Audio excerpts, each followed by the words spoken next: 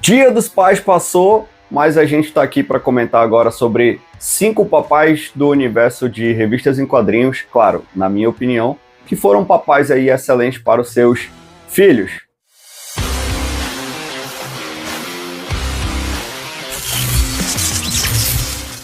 Sejam muito bem-vindos a mais um vídeo do Voltagem Nerd. Se você não me conhece, eu sou Barry Allen, o homem mais rápido do mundo. Mentira! Brincadeira, galera, eu me chamo Lucas e hoje eu tô aqui sozinho porque o meu filho Carlos tá trabalhando. Para quem não sabe, o Carlos é engenheiro, ele tá fazendo a obra. Brincadeiras à parte, vamos começar no top 5 com ele, que é aquele pai que é lutador, aquele pai que vai lutar pela família, Jack Murdock, o pai do Matt Murdock, nosso querido Demolidor. E eu vou dividir, galera, vou pedir esse favor de vocês de colocar 2 caras no top 5, que um deles é o Jack Murdock e o outro é o Stick, que para quem não sabe é o mentor do Demolidor, é o cara que ajuda o Matt a aprimorar suas habilidades, a conseguir melhorar a sua sensibilidade a respeito dos seus sentidos. Mas falando de Jack Murdock, o Jack, por que ele tá aqui, né? Por que eu acho que ele é um pai que não poderia ficar fora da lista? O Jack, pessoal, para quem não sabe, criou o Matt sozinho. Então ele se submetia às lutas, ele muitas das vezes era comprado a perder aquelas lutas, porque ele de fato era um bom lutador, ele iria ganhar, mas que se ele ganhasse, tudo que estava em volta daquela luta não ia lucrar. Porque vocês sabem que a luta ela envolve patrocínio, envolve aposta. Então, muitas das vezes, Jack Murdock ele acabava perdendo a luta para conseguir uma grana a mais, para que ele pudesse sustentar a casa e, obviamente, o seu filho Matt Murdock. Por isso que ele está aqui no top 5. E o Stick está aqui dividindo essa colocação com ele, porque o Stick foi responsável por fazer o Matt não ver a sua limitação através da visão que perdeu como uma fraqueza, e sim como algo que ele iria usar para combater o mal, para ser mais forte. Enfim, Matt Murdock foi treinado pelo Stick. Se você não sabe como isso aconteceu, se você quer saber, recomendo muito uma HQ do Demolidor, feita ali pelo grandiosíssimo Frank Miller, que é o Homem Sem Medo. Ali vocês vão ver o Demolidor naquele primeiro uniforme, né, que ele usava uma roupa toda preta, uma espécie de máscara que cobria até o nariz. Vocês vão ver ali a participação do Stick treinando o Matt para ser o Demolidor, e para mim é o que um pai faria. O pai ele tem que fazer com que seu filho fique forte para a sociedade. Claro que a gente estava falando ali de um super-herói, né? Mas se a gente for parar para analisar, é o que realmente um pai faria. Em quarto lugar, ninguém menos do que ele que é pai de multidões, aquele cara que fez o papel ali de mentor, instrutor, de pai para uma mansão inteira, né? Ninguém menos do que Charles Xavier. Pois é, muita gente não é fã do Xavier, muita gente fala que ele se aproveita dos poderes dos alunos, mas não, Xavier ele foi um pai sim para muita gente, principalmente para Scott Summers, que para quem não sabe, Scott Summers, se você for ler ali aquela HQ, Filhos do Átomo, você vai ver que o Scott era um moleque que quase foi para o caminho errado e que graças ao Xavier conseguiu trazer ele para o caminho certo. A mesma coisa o Homem de Gelo, a mesma coisa o Hank McCoy, que é o Fera, a própria Jean Grey, né, que ele trouxe para a mansão Xavier para montar ali os X-Men iniciais, né. Não vou dizer que ele foi pai do Logan, porque o Logan já chegou na mansão velho, já rabugento, mas de certa forma também deve ter aprendido muito com ele. Então, o professor Xavier não fez só aquele papel de professor, ele foi um pai para uma galera, para uma nação mutante. Que diferente do Eric Lensher, ele não queria usar os mutantes como uma força militar para combater o Homo sapiens, né? Então fica aqui o quarto lugar, bem representado para ele, professor Charles Xavier. Entrando agora no pódio, medalha de bronze, terceiro lugar. Eu sei que tem muita gente que vai ficar aqui chateado, não vai concordar comigo, mas o terceiro lugar aqui na minha lista é dele, Jonathan Kent. Pois é, Jonathan Kent para mim tem um papel de pai assim excelente. Ele não é pai biológico do Clark, mas ele é um cara que ele criou o Clark desde que ele chegou na Terra, né? O Superman tem diversas origens nos quadrinhos, né? Desde chegar bebezinho, chegar criança, não importa. Quem passou os valores, quem passou as premissas de vida, a visão de vida, foi Jonathan e Martha Kent, você gostando ou não. E o Jonathan fez um papel excelente. Qualquer ser humano que tivesse pelo menos metade da força ou dos poderes do Superman, talvez não fosse como ele é. Então, isso eu gostaria de dizer que é mérito do pai dele, né? Porque o pai dele foi o primeiro professor dele. O pai dele foi o primeiro homem a ensinar ele a ser homem.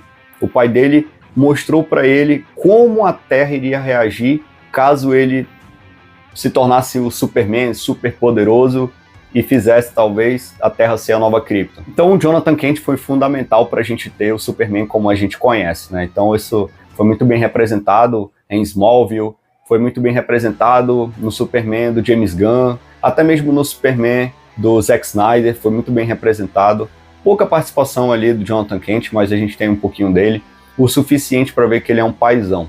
Então, eu acho que muita gente gostaria de ter o Jonathan Kent como pai, né? Por isso ele está aqui figurando o terceiro colocado da nossa lista. Segundo lugar vai para ele que assumiu esse papel, e eu convido você a pensar, se fosse você no lugar dele, nessa situação, o que você faria?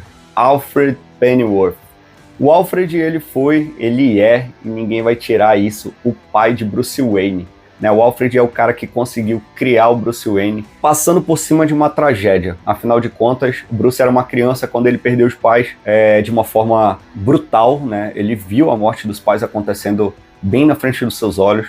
E ter o Alfred acompanhando ele, cuidando dele, foi algo que fez Bruce Wayne ser quem ele é. Na verdade, eu arrisco a dizer que o Batman ser o que ele é, porque, de fato, o Batman não é Bruce Wayne, ele é o Batman, né? Então, a personalidade em si do Bruce Wayne é o Batman. Então, o Alfred, ele tem uma parcela de responsabilidade muito grande, não só com o Batman, mas também o Alfred interferiu até mesmo quando o Bruce era o mentor de todos os Robins, Dick Grayson, o próprio filho do Bruce Wayne, né, o Damian Wayne, né, todos os Robins que passaram pela mansão também foram apadrinhados pelo Alfred.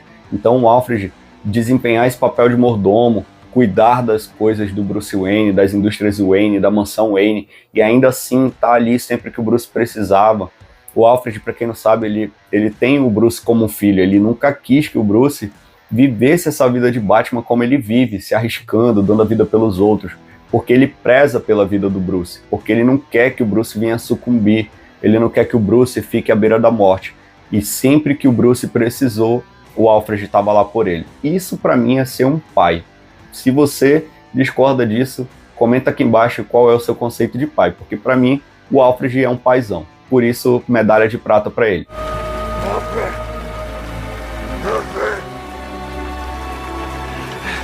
O primeiro lugar, eu acredito que quem já assiste o Voltagem Nerd, já acompanha o Voltagem Nerd, sabe o que eu, Lucas, vou colocar aqui no primeiro lugar. Benjamin Parker, o Tio Ben. Pois é, Tio Ben, ele é um cara que ele é tão paizão, ele é tão incrível para a criação do Peter, que ele influenciou até o Peter como herói, como Homem-Aranha.